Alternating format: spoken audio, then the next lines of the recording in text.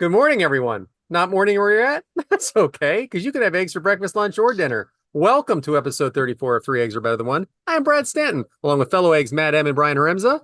Thank you all for listening last week, watching. A lot of views, a lot of downloads, a lot of comments. We really appreciate that. We did our cartoon favorites. Uh, you can definitely tell the age gap between us with them, but we all kind of knew who everybody was for the most part. That being said, I'm in a good mood.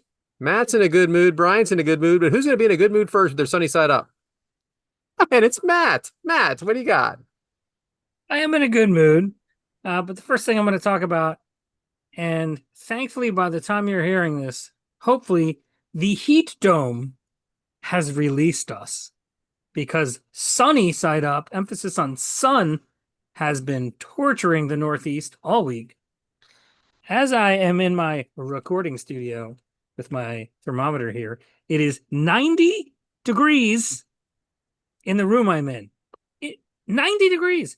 I have had the air conditioning on full blast for hours. This is our life this week, and it's not good. You know what's funny is that I was going to say the same thing, but I knew you were going to say it because we're so close, and you've brought up sort of weather stuff before, so I had to get a backup. So yes, it is hot. I do have something else that's a Oh no, go ahead. I'm sorry. something else. I figured you might want to comment. This is a little bit of a follow-up. Good news. We have talked multiple times about the Rocky and Creed movies and how much we like them. Well, it sounds like they're working on a series that Michael B. Jordan will play a role in behind the scenes. I don't think he's going to be on camera. And it's going to be from the Creed universe. And it's going to be like a drama series about young boxers working at like the gym in Philly that he was training at.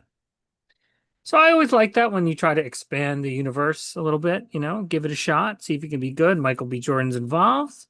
I thought that was a little bit of good news. It's funny you say that because I've heard that they're always. I think Sylvester Stallone also is working on multiple projects at all time, and he's always been expanding this Rocky universe. And I had heard that he was working on a prequel series that was going to be him as a young man, way before the Creed, way before he faces Rocky, his trials and tribulations of what happened to him from when he was a great prospect to what happened in down the road. I had heard that. But I don't think that's in development anymore. But I had heard that. But they're always thinking, and I thought that'd be a great idea too. But the sad thing is, you know how it ends. Yeah. Yeah. The prequels can be tough. I felt that way about the Dexter series that was there this year or last year when it was like young Dexter. Oh, I loved it though. But it was like I know exactly what's going to happen here. Yeah, they renewed it, and now the next one's coming out July 11th. Yep. I was about to say the new season's coming out. That's Yeah. a continuation of the original story. But they're in New York. Tyrion's in it. Like, there's all kind of stuff going on. Yeah, we'll see. I didn't think the last series with Michael C. Hall in it was all that good. No, but I thought that the young one was good. And I feel the same way about prequels sometimes because I knew it was going to be Darth Vader. I knew Anakin Skywalker. How did you know in advance? Well, that's just a problem. We knew this was going to go downhill. You knew. You just knew. It's true. Anyway, since Matt stole my sunny side up, I have something short and sweet.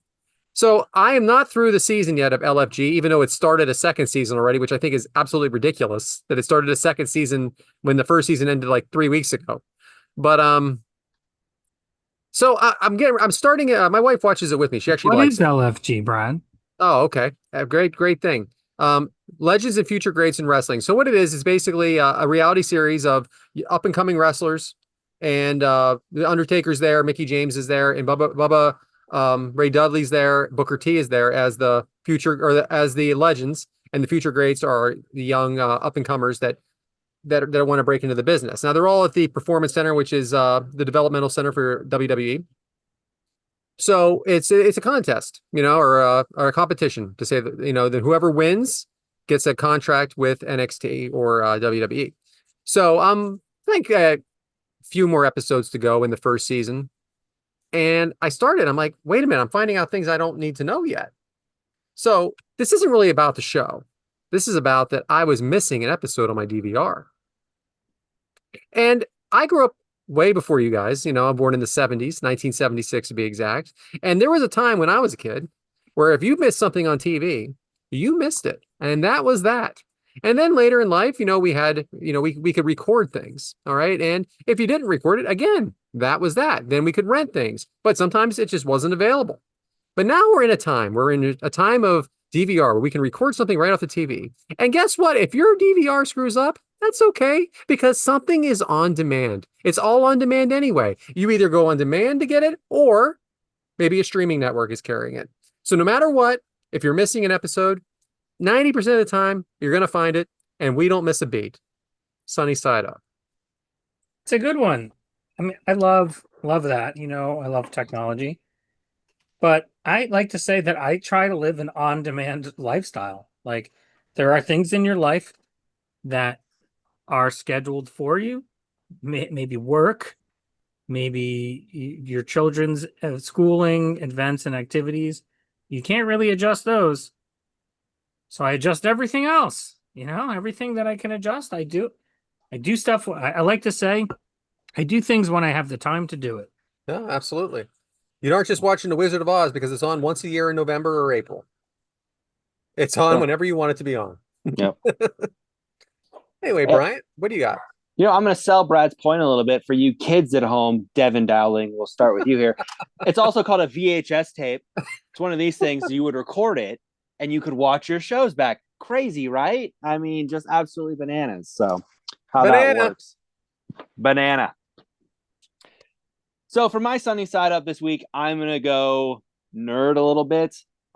Here in a couple weeks, July 10th to be exact, the new EA college football game will be coming out.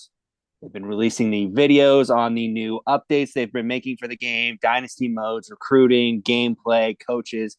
And for me, that's been exciting talking to fellow fans of the game, fellow people I play with online. It's been something that's been kind of nice to have. And being able to have that opportunity to see how they've listened. And I think that's a key thing that a lot of people and game developers sometimes don't do is they ask for the input and this year they've listened and they're actually implementing it. So to see these changes that fans have requested actually going into effect, it's really kind of cool to see and makes you just more anticipated for when the game comes out. So sunny side up for me, getting to see the improvements for a game that we lost, got back, and looks to be going to be better than ever. And because it was the people demanded it. Yes. I mean, you went from 2013 to 2025. You went almost 12 years without a new college football game. And now to see it come back, have that momentum again, it's fantastic. Wow, that's awesome. Great. Here we are. Matt's got nothing. Matt's got nothing for you. Well, I remember seeing about this a few months ago, and I was like, "What? I don't understand the big deal." Just because I was uninformed. I grew up playing video games. I had Nintendo, Super Nintendo, N64, Mario games, Zelda games, Final Fantasy, RPG type of games, adventure games. Wasn't a big sports game player, and then I really didn't have a system for a long time. I had a Wii, but I really only had that for Metallica Guitar Hero or Rock Band, whatever it was. Now I have Switch and Switch 2, but that's because I have a kid. Right. But there's a big chunk of my life in the middle where I was probably the right age to be playing these sports games, and I just didn't play. I don't know what I was doing. I don't know what you were doing either. I don't know what I was doing. Yeah. You know you weren't reading. Probably wasn't reading. Sorry. Terrible times. All right, so hard-boiled time. So as everybody knows, I got a new roof. I've mentioned it several times on the show. Well, last Thursday, so I guess it's 10 days now as this airs. It's a week from when we're recording. We had a big storm. Big storm. I'm at work and black clouds coming in, and it looked like world ending kind of storm when it all was said and done there.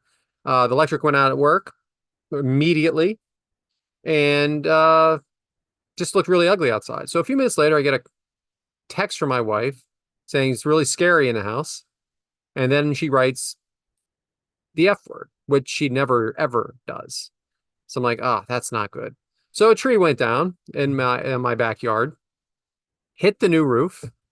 So the good times just keep on coming. And because of all the damage in the neighborhood and all the other neighborhoods in the area, this isn't getting cleaned up until tomorrow. And then we have to go from there. And then after the trees and everything in the yard get cleaned up, then we go from there and find out how much damage is really done. So just a little bit unlucky lately, I would say. I know that everybody keeps saying, glad everybody's okay, glad everybody's okay. And we appreciate that. But you know what really good luck is? It not happening at all. Okay. So, yes, I'm glad that my wife is safe. I mean, she has been here now for this fire. She has been here for this tree coming down. She got bit by the dog. It's like, oh my gosh, how much can this woman go through? I mean, I have only here for 1 out of 3 of those. But now we go through the process of an adjuster, because if you don't go through with an adjuster, your insurance company doesn't cover anything. If so, it's like one criminal to the other. You know what I mean? But that's my hard boiled this week. Um, Also wanted to mention that, what is up with tacos? Okay, so anyway, I was Taco Tuesday yesterday, and I'm making the tacos. Now, let me ask you guys a question. When you're making your own tacos, hard tacos, and you open the box, the tacos are all wrapped real tight in like wrap, right?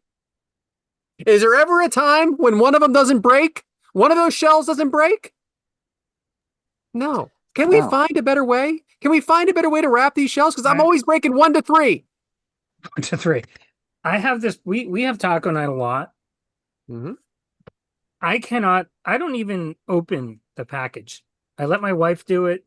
She's got a gentler touch. And even then, we're walking away with a broken shell. No matter what. Yeah, no matter what. It's impossible. No, it's true. You can't. There's no way to do it without, at least, like Brad said, 1 or 3 of them are broken the moment you buy the box. Let's just be realistic. Yeah, it's broken. Like you have nothing to go for there. But on this, though, I do have to add this. So what we've been doing, and I got to ask you guys this. So obviously, taco meat, you're going with ground beef. My wife, recently, we've been doing shredded chicken. Mm-hmm. Do you guys branch off in that, or do you stick more to the ground beef? I make turkey now. Turkey tacos. And here's my thought process on it is that after you add everything to it, it's pretty close to the same, and it's healthier. Yeah. We've done ground turkey a million times. Mm-hmm. Recently we switched back to the beef because I think we did it once a few months ago and we were like, damn it, that's better. Yep. That's how it gets you. Gotta drain the beef though. That's always an issue. Where do you go with it? Do you go outside? Like you don't put it down the drain, you don't do that. You know what I think about a lot? The time on the show where I was talking about how I could get the string threaded through the hoodie. Mm-hmm. And you said something like, there's a lot of little things in life that hold you up. So you guys don't have the random coffee can or can of soup can in the back of your stove that's just full of grease from like cooking No, I bacon don't or want beef? that in my house. I don't want it. Yeah, I mean, we live in states that are, what's the word I'm looking for there? Sophisticated, probably. No, incorporated. Okay, there it is. There it is. I think both will work. So anyway, I guess I was a little more hard-boiled about tacos than I was about the damage in the air. Well, we'll see what happens. I'll keep you guys updated on what happens. But it's just funny not funny, but after I wasn't even planning on putting this roof on, and I could tell by my insurance company I have to. There's no holes in the roof, and now there is. Brand new roof hole. 20-year-old roof, no hole. Awesome. Here we go. Back at it. Anyway, thanks, guys. Egghead time, because somehow this made it off the outline last week, get into the outline this week. How is this possible, Matt? How is it possible? So, Eggheads, if anybody remembers it's a podcast we're listening to, and I have a feeling Matt and I are going to mention the same one again. So go ahead, Matt. So I don't listen to that many, as we've discussed. But I mentioned this to you already. Dark Side of the Ring Unheard. Is that what you were going to talk about? What was it? I don't know where he went, folks. I'm here. So Dark Side of the Ring is a TV show on Vice about wrestling and it's like profiles of folks who have had tough lives, difficult stories, ugly finishes. Most of them are probably not with us anymore. But they did a companion podcast called Unheard. They interview a lot of people. Whenever you're doing an interview type show, you're interviewing people for hours and hours. You have to edit it down to a pretty short TV show. What do you do with all the leftover material? They gathered up a lot of the testimony from a lot of the individuals involved, and maybe they went off on a tangent, told a completely unrelated story to what the central topic was, but it was good enough to discuss. So they gathered a bunch of stories like that with a lot of like talents from the wrestling world, and they talk them up and you play them back. You get to listen to them, and I thought they were great. I mean, the podcast was like under an hour long. And it was just like bonus fun stories from the wrestling world. And, I'm here for that. Yeah, I haven't listened to it, but it does sound like something I'd be interested in. And Brian's probably already listened to it. I have not, so I will have to What? try to find that. Yeah, no, I have not. Come I mean, on. Yeah, it was, no. it's, there's not that many episodes. They haven't been doing it since the beginning. So it's only been like 2 seasons of it. It was easy to listen to. All right. Well, I'm going to talk about wrestling as well. And mine is going to be, what do you want to talk about? Cody Rhodes has just started his new podcast. It's bi-weekly or every other week. Yeah, bi-weekly. So who Cody Rhodes is. He is a former WWE champion. He is probably the top 5 biggest stars in wrestling today. He had quite a journey throughout his career. We have talked about him on this show before. His first episode was with his wife, Brandy. Second episode is with Damian Priest, wrestler. And third is with Kevin Owens. And he's drinking Wheatley vodka during the show. That is the sponsor. And also he's doing it on his tour bus, which is also very good. So years ago, he did a reality series with his wife, Brandy, called Rose to the Top when he was in AEW. And I thought it was actually very good. He was on, what's the other show that he was on the same network, TNT or TBS? The Go Big Show. Come on, Bryant. What is it? Yeah, Go Big Show. All right. So, he was really tied into the network and everything like that. So he definitely has, I think after he's done with his wrestling career, he definitely has a future. You worry about these kinds of podcasts because that they have the machine of the WWE behind him. So I don't know how risky anything he says or not says will be. So I guess his time will tell, but I'm going to give it a chance. Nice. Yeah, I say with it just starting, still kind of getting its legs a little bit. It's gonna be that it's that WWE machine. How much are you gonna get out of everything? That's kind of the big question with it. So, well, I'm gonna be the weirdo. I didn't pick a wrestling podcast. Yeah, shocking. I know for everyone here. We've done this before, so I never know which ones we've talked about. I can't never remember. So, right. So I'm gonna go with one that I feel like I haven't. Oddly enough, it's one of the only shows that I'm actually caught up on, and it's called Tosh Show. I loved Tosh.0, hosted by Daniel Tosh when it was on Comedy Central, and he's a stand-up comedian. I've watched his comedy career and everything like that. Tosh Show is his podcast now, and the one rule he has is no one famous can come on the show. So he doesn't invite any of his famous friends, comedians, any of that. He just interviews normal, everyday people that he just gets his producers find or his family finds. And it's kind of funny because he ties in the comedy aspect as well, but it's just interviewing the most random people. Like he interviewed one person a few weeks ago who's an military ultra runner. So he just runs like cross country, and he's done that twice now, which I just found fascinating. But it's just kind of everyday people telling stories, and Daniel just tries to make comedy out of it at the same time. So kind of just different concept from what the normal podcasts are, because you see a famous comedian, you just think famous comedians come on the show. And when you don't, it just makes it more appealing to me. So Tosh Show, find it where you find your podcast. You know anything about this, Brian or Matt? I know that Bryant would like Tosh. I do like Tosh. I knew that. Okay. I don't have anything to add. Win. There it is. All right. Egg whites, Matt. Boy, what a layup. What a layup. I gotta say, I'm really excited about No kidding. these So egg whites is callbacks to things, Follow-ups. follow-ups. There you go. Yeah, there it is. Come on, dude. Okay.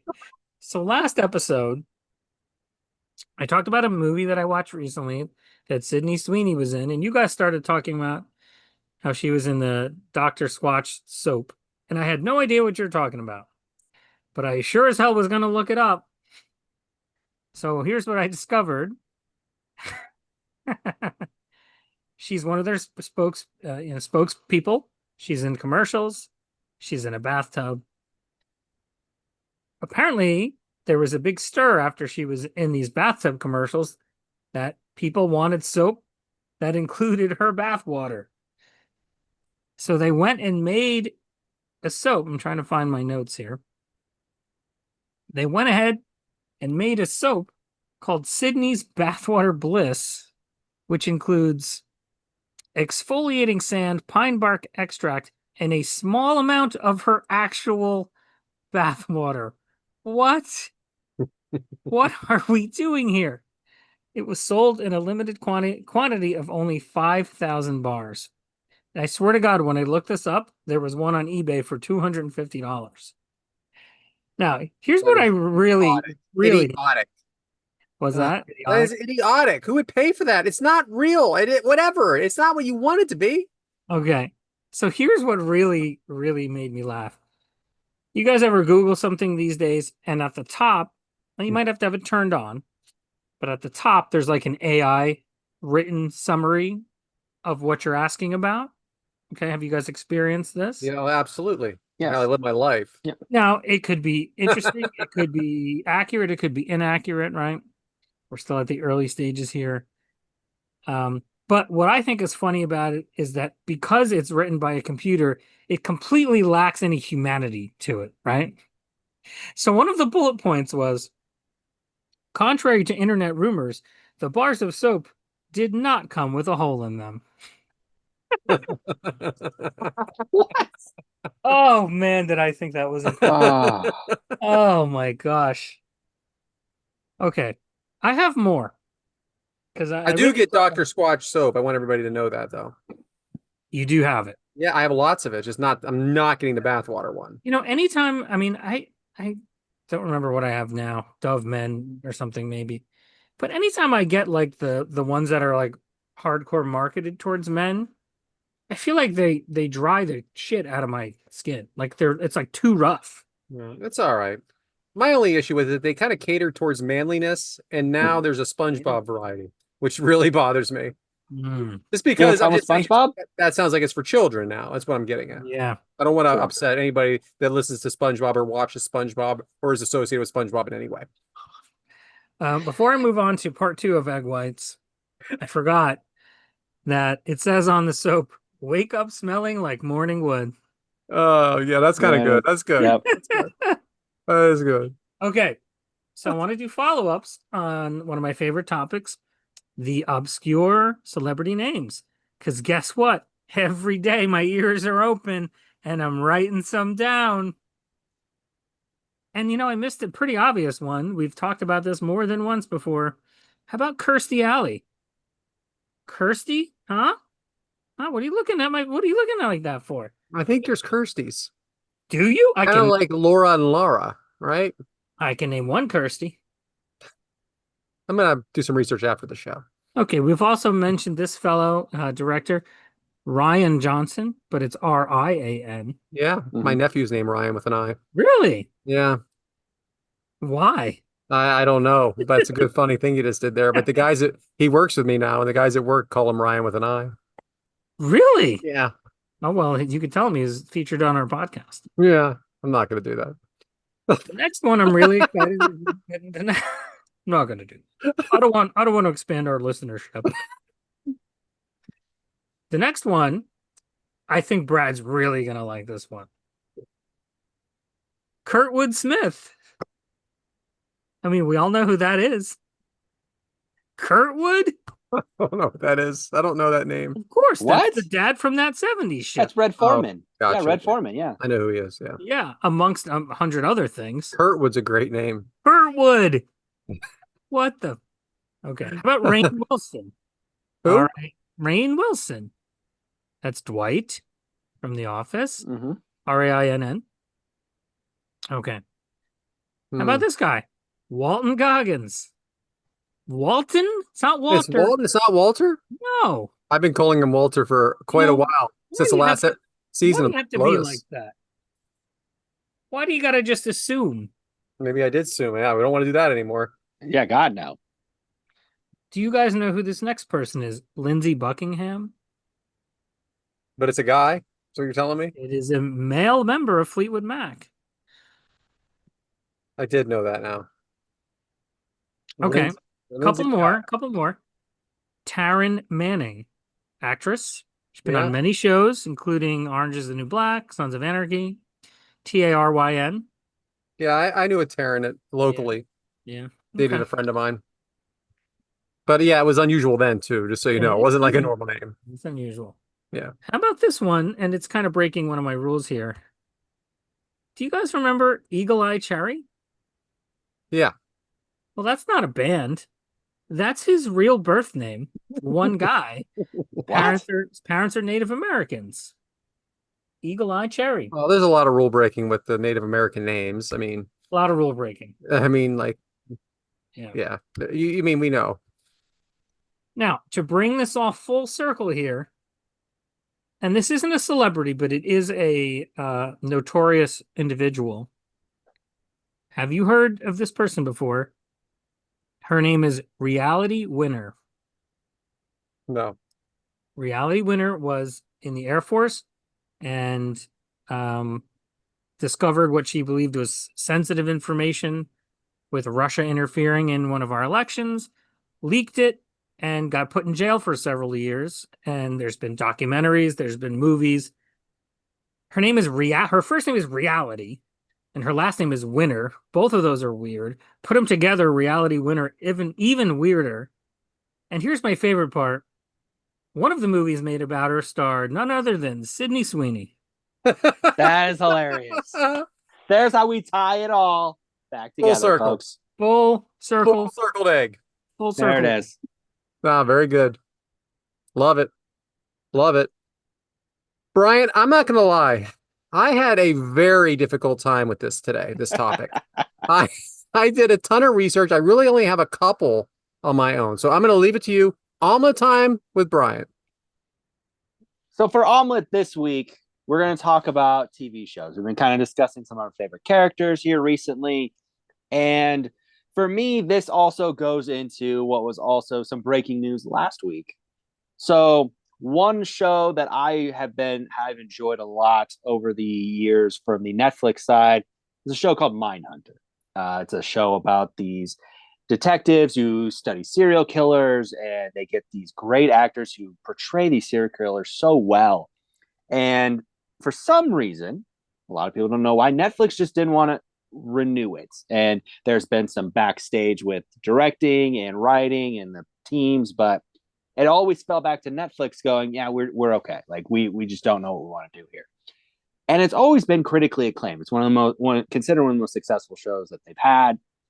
So it made me kind of want to dive into other shows that have been critical successes that maybe just didn't have, that for some reason the networks just didn't enjoy. So I found a list. I have a list of my own that I found of some shows that I enjoy, but I also compiled a list of some of the top rated shows that also fall into this category. So I'll do my list and then we'll kind of go through a little bit here. So for one of the shows I picked, it's called The Alienist. I don't know if either one of you seen that show at all. It is essentially set in I'm trying to think of the time frame here. It's based on a book. It's based in the 1890s. It's about someone who's a serial killer, and they appoint a criminal psychologist, which at the time is very rare in the 1890s. And he goes around trying to help solve the mysteries with the detectives. Fantastic show. Had a 80% Rotten Tomato rating. IMDb as well had it at a 7.7 out of 10. Very high ratings, very well success, but for some reason, just TNT, which was the network at the time, didn't see the value in the show, even though it had ratings and good good around acclaim. Another show that I look at that's on my list here, a Hulu show called Castle Rock. Did 2 seasons, was set up to do a multi-season run. Basically, it is Castle Rock goes off Stephen King books. Basically, everything kind of in that New England area, Derry kind of situation. Had 2 seasons. The first season, I can't remember the name of the book it was going off of on the first season, but the second season was Misery, was like the prequel of Misery, essentially. And Very, very good show. Yeah, I mean, great acclaim, and had the great premise of, you're using the Stephen King. There's tons of Stephen King books out there you could tie into. Another one. Well, before you go on, I wanted to mention that I love how they intertwined Shawshank into that too. A lot of people don't realize that Shawshank is a Stephen King creation. So Shawshank Prison was part of Castle Rock, which or at least down the road, or it was nearby, and I thought that was so well done. And I watched that series, and I was very disappointed to find out it wasn't as. And that's a great example, Bryant. Yeah, and like I said, that first season of Castle Rock, like Brad said, weaves a lot of the stories together, and then the second season is essentially a prequel for Misery. It leads you into Misery, but it ties in some of the other books as well. Mm-hmm. Another one had an 89% Rotten Tomato rating, was a 7.5 IMDb, like had the success, but Hulu was another one, didn't see the value in it, let it go. I will also mention a show that I enjoyed on NBC. It was called Timeless. Basically, it was about how this company builds a time machine. It's taken over by terrorists, and they go back and try and change these historical events. And with that, then they have to find a second time. The company builds a second time machine, and you're going back to these historical events to stop this terror group from changing history, essentially. Yeah, I watched that as well. That was disappointing. That went off the air. Yeah, but again, nobody watched it. It was another one. That was one where it didn't have the audience, but again had a 91% rating on Rotten Tomatoes, a 7.7 IMDb rating. The acclaim was there. That one was a story of the viewership wasn't. It didn't have the ratings it was looking for, but it had the critical success. We go to one of, I mentioned Mindhunter. I'll kind of talk about it again. These 2 FBI agents go hunting serial killers, trying to dive into the mind of the serial killer. 97% on Rotten Tomatoes and 8.6 IMDb. Critical success is there. Has the following, but like I said, now it's the butting heads of the network and Netflix. Now they're talking about making it into doing a movie deal with it to kind of help the story along, but will it happen? Can the agreements be made? We don't know. And that's kind of where you fall on this. Enjoyed that. I love that show. Yeah. And then the one that I'm going to guess we've all seen, maybe not Brad, I don't know about Matt, Freaks and Geeks, was this huge cult hit, was a success to a lot of people. The viewership might not have been there at the time, but it turned into that success later. Is one of the rare shows. It has a perfect 100% Rotten Tomato rating. It has has an 8.8 rating on IMDb. The stars that are in that, you've got Seth Rogen, James Franco, Linda Cardinelli. Like, you have the stars in this movie and the show. And at the time, it just wasn't what NBC was looking for. So it just kind of fell by the way. It's that rare one season that just captivated everybody, and everybody wanted the second season, but it wasn't there for it. And it's kind of it's things like that. It's that combination of maybe there's no audience, or it's the network isn't a fan of the show, or there's always something in there. But to see the critical success like that and it not get picked up, that's always been something that's fascinating to me. So I will ask my fellow eggs here. Did you guys, I know Brad said it, I'm sure Matt has some shows as well, but do you guys have some shows that you could name like that? Matt, I concede to you for now. Go ahead, Matt.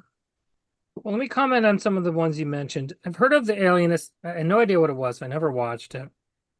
I did watch the first episode of Castle Rock at your guys' recommendation. I didn't really care for it. It just wasn't for me. Sometimes I don't like when something feels like it's just meandering and there's going to be a lot of questions and no answers. I love that. I get that. Atlas, I felt like I probably would have liked. I forget the actress's name, but I've seen her in a bunch of things, and she's really good. Um, she was on Suits a little and some other things. I think I missed one in there. There was another Netflix one. What else was on your list? Mindhunter. I had Mindhunter, Castle Rock, Timeless, The Alienist, and Freaks and Geeks were the All ones I right, talked about. Yeah, Freaks and Geeks was pretty good. Sort of the foundation of some Judd Apatow stuff, right? Mhm. Did he also do Undeclared, which was sort of like a spiritual sequel because they were in college now? You got It's a different, that was kind of like a spin-off version, but it didn't have the same, it was just no, it another, wasn't the same characters, but yeah. it was the same creative force. That was pretty good. All right, I wrote down a couple, but as I mentioned last week, these are just shows that I liked. I don't know how critically acclaimed they were, and they probably didn't have a lot of viewership, which is why they didn't last very long, especially because these all happen to be network shows, and coincidentally, they're all shows that were on Fox when they were on. So, how about Firefly? Yeah. Yep. Fox, fall 2002, only one season, 14 episodes, created by Joss Whedon. There's an interesting name, Joss. Nathan Fillion, Gina Torres, Alan Tudyk, Marina Baccarin. She's awesome, right? She's in the Deadpool movies and she was on Homeland. It was a space western drama series, 500 years in the future, followed the adventures of the renegade crew of the Serenity, which is kind of this like fun action show that probably had no business on a network like Fox. Probably would have done better on a streaming service had it Before been. streaming, though, right? That's what I'm saying. 20 Yes. years, Yeah. 20 years later, it would have had a nice home on a streaming service somewhere. There was a follow-up feature film in 2005, which actually made money. You want to hear something funny about that, Matt? That's there's actually a running gag on Big Bang Theory where Sheldon tried to bring that show back Mm, and kept writing to the network because he loved it, and it came up a lot. It came up a lot. I Sorry, believe, I just yeah. wanted to bring that up before I forgot. Um, Another Joss Whedon creation was Dollhouse, which aired for 2 seasons, 2009 and 10, starred Eliza Dushku. Other recognizable faces, including, I don't know how to say her name, Daishin Lockman. She plays Gemma on Severance. It was a sci-fi series. There was this corporation that had these like underground dollhouses. They could like program people's minds and they would have like these temporary personalities and skills. They would be like experts at things. Sounds very disturbing. It is. Yeah, I'm out. So like wealthy people would like hire these dolls and for various purposes, like adventures or heists or sexual encounters or to commit an assassination. It's kind of like similar vibe to Severance, honestly, because it was like screwing with somebody's mind to make them into something else. Or also the show Orphan Black. I don't know if you guys know what that is with Tatiana Maslany, but anybody heard of this show before? No, No. Really? Eliza Dushku. I do like her. Yeah. She's great. All right. She's great in a new guy. The last one um, is more recent, and it stars egg favorite Caitlin Olsen, The Mick. The Mick Yeah, was a sitcom on Fox and only lasted 2 years, 2017 and 18. I was actually shocked when it got canceled because I thought it was hilarious.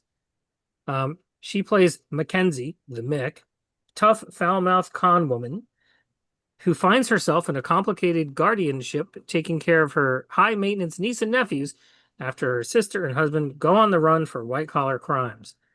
I thought she was hilarious in it.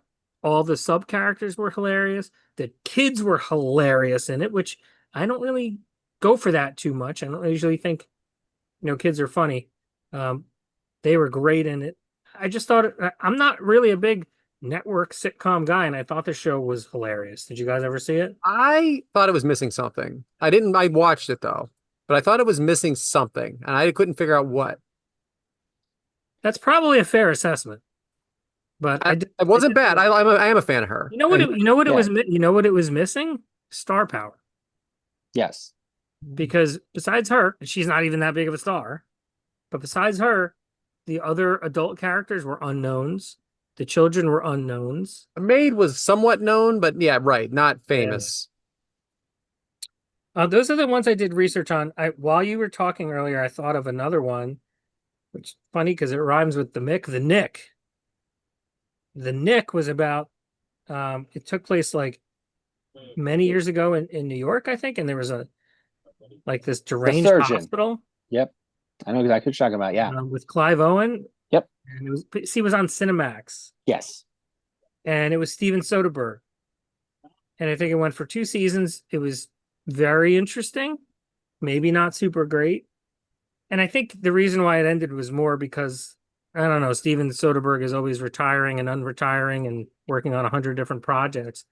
I think he just chose to give it up. But it was worth watching. I'm sorry, guys. I don't have a whole lot here. But No, you're good. But I did work really hard. So there is one though that you guys may not know that goes way back, way before all of us were born, for when my parents were young, 1955 and 1956. There was only one season of this, and it is probably a show that changed shows because there wasn't shows yet. The Honeymooners only ran for one season. Yeah. 39 episodes, one season. How can you say the ratings are going soft when no one's watching anything else? I don't know. There was actually a line that said that. What ratings could be going soft? There probably was 100 million people. You know what I mean? Yeah. So, but it only went one season. Can you believe it? Yeah. That surprises me. What's crazy about that is we all know exactly what it is. We wouldn't know exactly what it is so many years later if it didn't deserve to be known. Yeah. The Flintstones are based on that. Is Jackie Gleason famous? They were, there's probably some logistics here though. It was a live sitcom. Think about that. But that's all they knew then, and Right. but one season, I do believe they did some lost episodes, but they only ever did one season. That was always the big thing for the Honeymooners was that the infomercial that was on at like midnight, 2 a.m. Buy the Honeymooners and get the added. When you buy it now, you get this lost tapes episode with like 5 lost episodes on it and stuff Which like is that. okay. So very interesting to me. Also, a very popular show in the very early 90s, Twin Peaks, only ran for 2 seasons. And then they brought, I'm not counting revival here, but they did they had to try to revival, but only 2 seasons. It was very popular, very well liked, interesting, different for its time, maybe ahead of its time. But I people can see still talk about it. About it to the. I tried to watch it years ago. Mhm. Could not get into it. Well, I think there's a lot of things from that time. It's just hard to rewatch now. It just dates itself very much, so you can see how dated it is.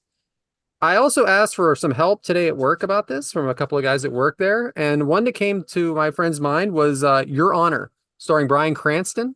He's a judge, and the premise is that his son got into a hit and run and killed someone, and he wanted to turn it in, but then the person that he hit was the son of a kingpin.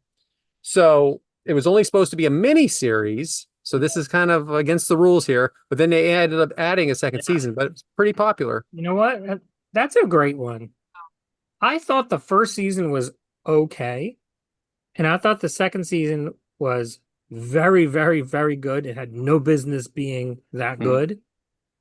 And then when you find out, oh, well, we're just going to stop it there, I was like, well, wait a minute. We're on the way up here. Exactly. Right. Yeah. So there's some confusion, I think, with people, because when I started asking other people this, they talk about a mini series. A mini series is only supposed to be for a short time. Like, Yeah. I think I actually heard, I'm watching the Happy Face right now. I have a few episodes left about the Happy Face killer. I mean, how many episodes should there possibly be? He's in jail, in the whole series. So, but apparently they're thinking about making a second season now. It's one season, but that's where the confusion gets. Sometimes if something's supposed to be a mini series and develops into a second season, it's crazy. So my other friend says that he really enjoyed the Pacific, which was a mini series, and it follows 3 Marines. It's also a companion piece to the Band of Brothers. Yep. So you have your Tom Hanks, but a lot of that stuff is meant to be one season because it is sometimes based on true events and it's one story. So Exactly. Yeah. that's where sometimes confusion gets to why there wasn't more seasons, I think, because there's supposed to only be one season. So No, anyway, absolutely. that's what Yeah. I got, Bryant. No, Sorry I didn't fantastic. do better. No, that's perfect. But that's the point. It's like there's always these shows that are out there that have that appeal, but you have the success, you have the critical acclaim, but there's always that one thing that maybe doesn't get it over the top. It's viewership, it's the network, it's something. So, on that note, these are the top rated shows that have the best critical success that did not make it past 3 seasons. So, we'll start here down at number 5. It's a 3-way tie, so I'm just going to include all 3 of them. But you have Daredevil, which was on Netflix, Deadwood from HBO, and Hannibal from NBC, which I did that one for Brad I mostly. think Deadwood had 3 seasons and then a movie.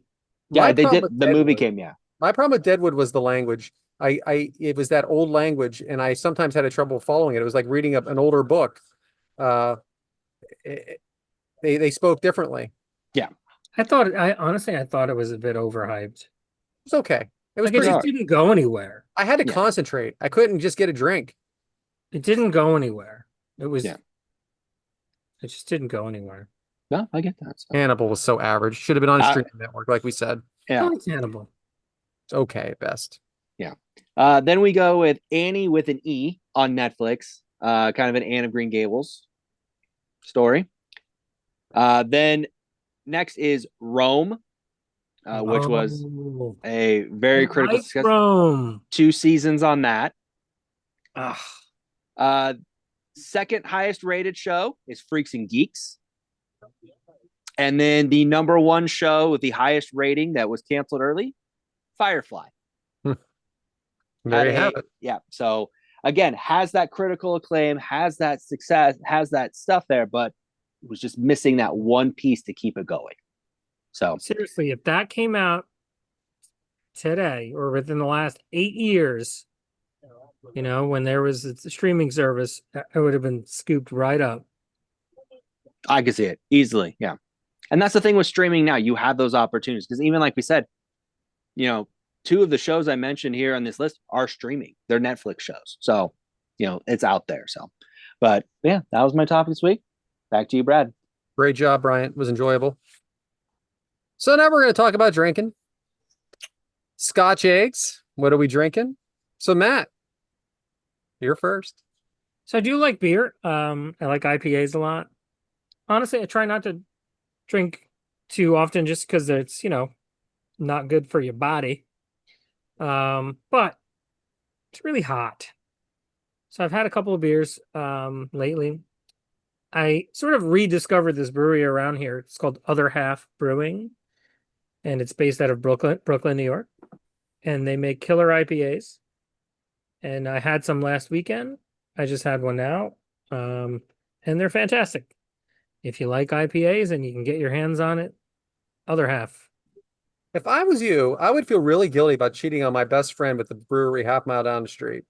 I mean, it's ridiculous. No, No, you got to drink. You got to support his beer all the time. That's I how mean, this this works. is just ridiculous. This poor Oh, guy I- is trying to make a living out there. Yeah, and here they're you are doing all driving right. to Brooklyn to get a beer. I don't have to drive to Brooklyn to get I heard you. you, jackass. I like a good IPA too. I not all the time. Only a couple at a time usually Not too. all the time. But I do like you really taste. I really like to taste my beer. Sure, me too. So, all right. Well, so a year ago, I had a graduation party. Frank and Lotus at the same time because they both graduated the same year, and I had I had a cooler of beer, cooler of soda, and I had wine there. But I also had, as my sister called it, this bonus cooler. And in the bonus cooler is something that it seems like no one could resist. And I'm going to tell you, surf sides are what they're called. So a surf side is a vodka and something else. So you have raspberry peach, strawberry, black cherry. It's also iced tea, it's lemonade, and it's all with vodka. They are super popular. They're refreshing. They're low calorie, believe it or not. And if you're going to put a Surfside raspberry lemonade in front of me, an IPA, a glass of red wine, I'm picking that Surfside every time because it tastes that good. And once you start with the Surfsides for a night, you can't go back. You can't go back. Now, the twisted teas, on the other hand, they're a little rough on you. Like after a few of them, you're like, okay, that's enough sweetness. But these Surfsides, I can keep drinking them. What do you guys think of them? They're dangerous. They don't. So I've literally only had one ever, and it was like a few weeks ago. There was like a town fair, and they had them there. I was like, let me try this. I don't. First of all, I don't know if they all have tea in them. I don't know, but the one I had did. It was like iced tea lemonade. I can't drink tea because of the caffeine, Mm-hmm. but it was like noon, so I was like, all right, I'm not going to bed anytime soon. It was fine. It tasted good. I say it's dangerous because it doesn't really taste like alcohol. Right. More popular in my eyes around here are similar beverage High Noon. Mm-hmm. The big difference is High Noons are carbonated and Surfsides are not. Yeah. Me and Sue much prefer the carbonation. Okay. So just so you know, they are iced teas, they are green teas, and they are lemonade, and they can be lemonade and iced tea as well, like a Arnold Palmer. But my wife likes the High Noons too. I have never actually had one for some. Yeah, I have. Yeah, I have. I don't remember. They're good too. I like them both for different reasons. Bryant? So it's essentially a twisted tea, is what this is, like, or close to it. Yeah, they're just Yeah. Because you reference twisted tea. Because I'll be honest, I reference twisted tea because I feel like twisted teas. I feel really rotten the next day, and I don't mean like hungover. Like that's a lot of caffeine in those things, believe it or not. And you're drinking. I don't feel that way about these. I actually don't know what the alcohol is in twisted tea, but the alcohol in They're Surfside 5%. No, I mean like what is is it a malt beverage? In twisted tea Yeah. is a malt beverage. See, that's the difference. Yeah. The ones we're talking about are vodka. Yeah, they're got vodka. it. Okay. Now, see, I have had they do now have the spiked Arnold Palmers, so I have drank those. So Yeah. that's a good one to go for as well. So last week I mentioned we have our Nebraska Land Day celebration going on. Yes. And one of the things we do is we partner with the liquor sponsor out here, and we create what we call signature drinks. Essentially, we just go test drinks, and then we give them crazy cowboy names, and that's what they serve out at the arena. This year, we came up with a drink that we called the Sassafras, and it is basically just Crown Royal and lemonade. And God help me, it is just so delicious because naturally you have the stoppers on the pour bottle, so that way you're not over serving, and you get that perfect mix with the lemonade. And man, it's just the perfect tie together, and I can't explain why. And pretty soon you just start feeling like you're just drinking lemonade after a little bit. But for some reason, just how that Crown and lemonade mix together, it's the perfect taste. It combines well, and just one of the drinks we took out there this year for some fun. And that's what I've been drinking a lot since I've been out there working. So I love Crown, but it makes me sad. So I'm not allowed to drink it around people. I have to drink it alone when my wife's not home. understand that. But I got lots of it in the house. But yeah, I'm interested. Yeah, it is a fantastic mixer. That lemonade, I don't know what it is, but yeah, it just works perfect with it. So that's what I'm going for. New topic alert. New topic alert. New topic alert. New topic in the SNL slot? Yeah. We'll see how this goes, huh? Oh my God. What? So this is ostrich eggs. Doomed from the start. So, which is a spotlight of someone or something. I guess someone is what we're doing. Very impressive. So, do you guys know who Damola Adamalekan is? Hannibal Lecter? No. Not a real person? Yes, it is. Damola was born in Nigeria in 1989. In 2017, after completing his MBA at Harvard Business School, Damola joined Paulson and Company, an investment firm founded by hedge fund billionaire John Paulson. During his time at Paulson, P.F. Chang's was put up for sale. Okay, P.F. Chang's, the Asian restaurant. And Damola pitched the investment idea to Paulson, which led to the 2019 deal in which Paulson and Company and the Capital Advisors acquired controlling stake in P.F. Chang's. After the acquisition, Damola joined the board and became the company's chief strategy officer at the age of 31 years old. In 2020, Damola became the first PF Chang's Black CEO at 31. During his tenure, the company launched PF Chang's To Go, a concept that led to growth of the branch's delivery business. He also navigated the company through COVID-19 pandemic challenges, returned it to profitability with a 31% increase in sales by 2021 and annual revenues of $1 billion. In 2023, he stepped down after 4 years. In 2024, Red Lobster was slipping into bankruptcy, closing 93 locations and filing for Chapter 11. May of 2024 with over $1 billion in debt. So in 2024, it was reported that Fortress Investments Group, a Wall Street investment firm co-founded by Milwaukee Bucks co-owner Wesley Edens, was interested in an acquisition. On August 26, 2024, Fortress appointed Damola CEO of Red Lobster Investment Holdings, LLC, making him the sixth and youngest CEO in the company's history at 35 years old. Now, why did I think of this? So I'm in bed on a Sunday morning, and there's a Red Lobster commercial. And this young man says that he is making some changes and he's keeping some things the same. I'm like, boy, this guy looks really young. So is this guy an actor? Is he real or is he not? So I looked him up, and he is very real. At 35 years old, this Nigerian-born man is running Red Lobster, and it's not his first time. It's not his first deal. He's a Harvard graduate. You know, he made PF Chang's profitable. And by the way, every morning he runs 8 miles a day before work. An impressive man. He says he wishes people would not talk about his age because it doesn't matter to him. He's just there to work. And I just thought this was a really impressive person. I have one very important question. Yeah. Of the things he's changing at Red Lobster, is he removing the Cheddar Bay biscuits? So funny, he says that actually in the commercial that I think he said he's bringing back cheddar biscuits or they changed the recipe. And he says, why would we change something that was actually working? Sure. Now, I couldn't even tell you the last time I was at a Red Lobster. No, I don't think that's a place I would choose to go. but what I'm saying is that they brought this superstar in to try to make it happen. How is it going? Because I know that I don't know. Well, I just saw the first commercial recently with him in it, so I think we're at the beginning stages. We're in the first inning of the revival. We're in the first innings, but he PF Chang's very profitable, and I thought that was a kind of a dying thing to me. Anyway, it was pretty popular for a long period of time, and then I forgot about it. So I wonder if Brian has heard of either of these places. So I have heard of Red Lobster, been to Red Lobster. There is one within 90 minutes of me, so I do know of that. Oh, right around the corner. And PF Chang's I only know of from an episode of South Park, and then also because they have the frozen food, the PF Chang's frozen meals here at my local stores. So Damola Adamolenkin. So just keep that name.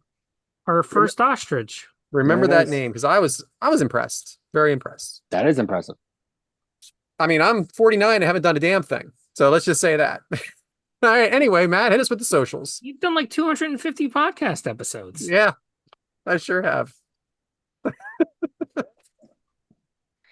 All right. Well, it has been 3 eggs are better than one, cooking up at 88 degrees every Monday morning at 6:30 a.m. Eastern on Apple Podcasts, Spotify, and everywhere else you get your podcasts. Find us on YouTube at 3 eggs are better than one. The number 3, the letter R, the number 1. Follow us on X, Blue Sky, Instagram, TikTok at 3 eggs are better. The number 3, the letter R. And our individual accounts at YesManBrad, at BHaramza, and I am at Purple Shirt Guy without the I. How about some 5-star reviews on Apple Podcasts? And also, please join us in the comments on YouTube. Next week, I believe it is my turn, and it is time for more of Matt M's questions. Now, I've got a lot of topics lined up, actually, a lot of gas in the tank. We're going to spread some things out, and we're going with questions next week. No preparation necessary. Just bring yourself. Yeah, I give all the homework. Brian, bring us home. Thank you guys for joining us this week. We've had a lot of fun talking about some TV shows that maybe you want to try to find. Give them a chance. You never know. Maybe we gave some good drink ideas, and maybe you find a new podcast you're interested in listening to. We thank you guys for joining us. The egg timer's been set. We'll see you guys next week.